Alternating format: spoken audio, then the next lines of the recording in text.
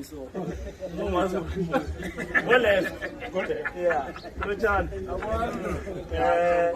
Unengoma manje bengifuna kuhlohle ithonyongo.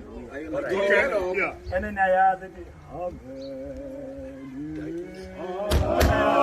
ngifuna ithonyongo baba. Nabu ngiyazi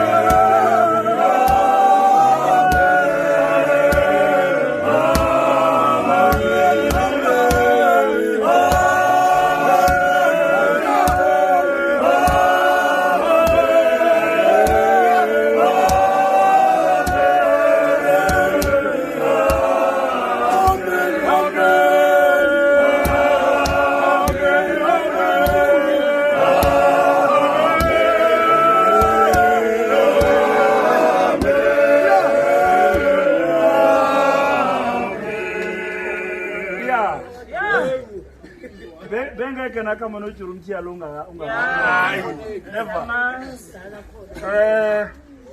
umakhelwane nabantu bakachabalala namadoda naphelele angifuni kodwa ukuba ikhasete engathi selizokuba nescratch man bakuchabalala siyakuthokoza nangikhumbulako nangithoma ukuvuma ngangilingana nomswalo bengina 15 years nangikhumbulako ngizakama ngebhayisikili wasibetha kujuru wasibetha ref one sawuya kodelayini sapetha boboyiboyi nanimazi uboyiboyi beyangadluli-ke la